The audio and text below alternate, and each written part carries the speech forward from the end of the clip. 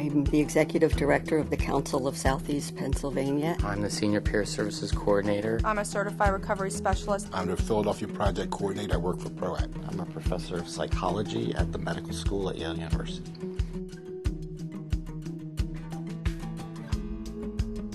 Peer support means that a person who is in recovery, him or herself, either from a mental illness or an addiction or both, are offering support and mentoring and role modeling and hope to someone who's not yet in recovery or who's not as far along in recovery as they are.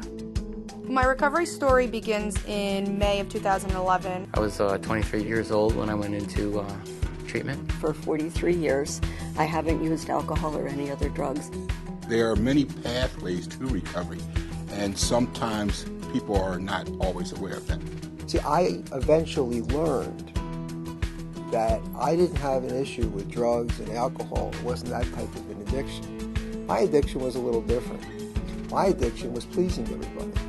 And that was an addiction in itself.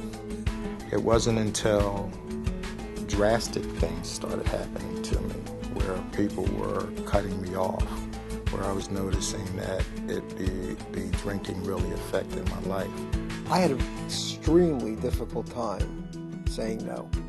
I would do things to help people beyond what would really be the right thing to do. I had a family, took money from my family to pay off other people's problems, to solve their problems.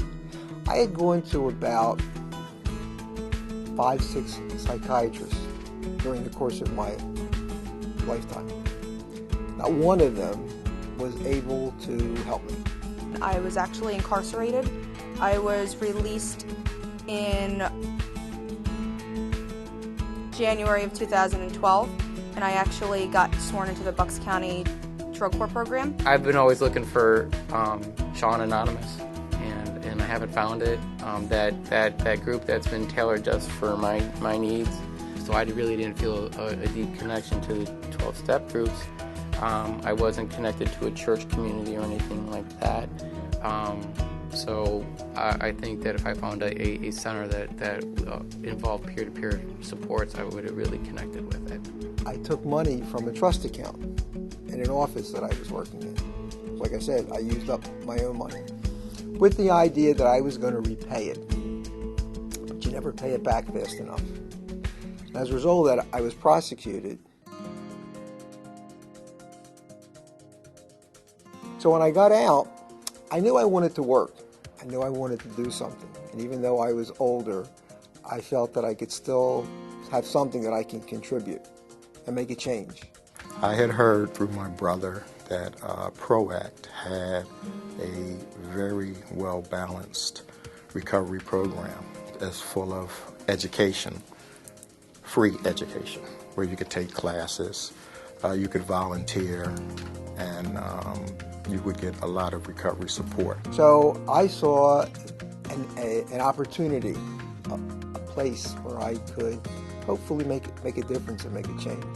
I paid more attention to getting involved and engaging at PROACT, to coming to the center and working with different individuals. Based on positive and negative experiences that I went through, I had a calling to enter into the field and to give back. So eventually I was able to meet with the people at PROACT and start working as an independent contractor with my class.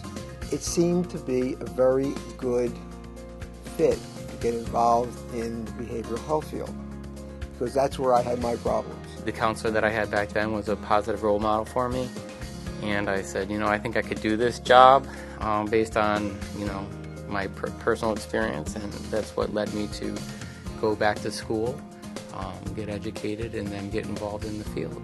I started meeting with recovery specialist Rick, and he helped me to set measurable goals for myself and kind of gave me that guidance as to where I kind of wanted to be further along in my path of recovery. So if there was something that I was going through, he either had gone through it or knew somebody that had, and it helped me to see that there was hope, because working or going to rehab and working with like therapists and counselors, they have most of their knowledge from books, where he had that life experience.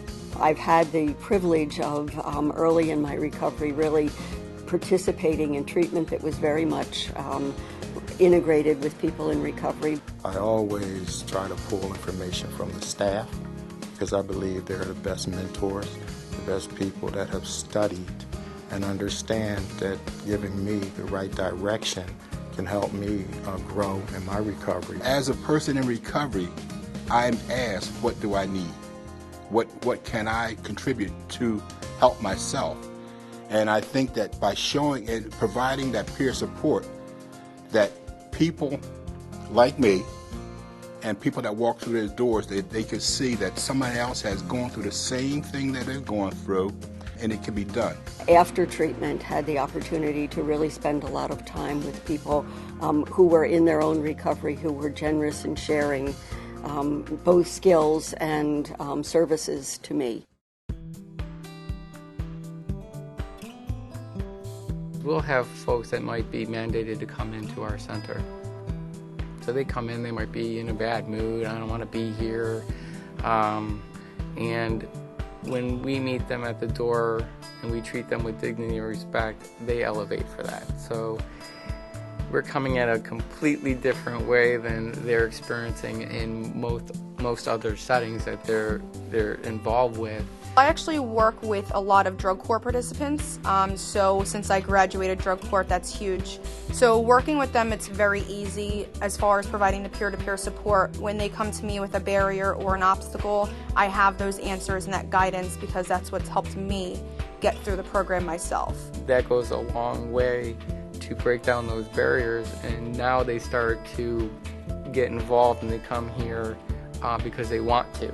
So when they know that that person has been there or in recovery, they don't have to feel that that person is negatively judging them. They start looking at the volunteers, the certified recovery specialists as role models to take the next step. So then they start becoming involved, they become a volunteer, and then they progress to getting involved in working in the field. There was a lot more awareness from the addiction field that it was no longer an acute problem, but we also began to treat it like a chronic illness. And what are the roles that peers could really play in helping to have people both before treatment, during treatment, after treatment, and many times in lieu of treatment. We have a great volunteer that came in here. His name is Greg, and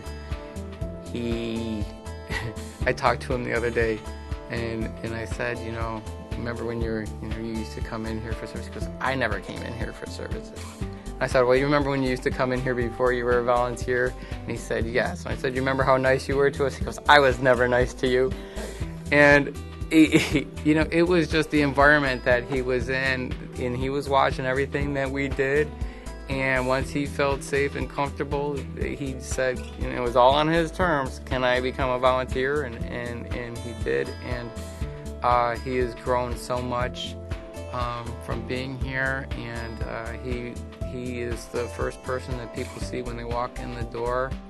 My recovery is a product of peers and peer support. I believe peer support works very well because it's easy for us to relate to what they are going through. We've been down that same road. I started learning that this is my sober house.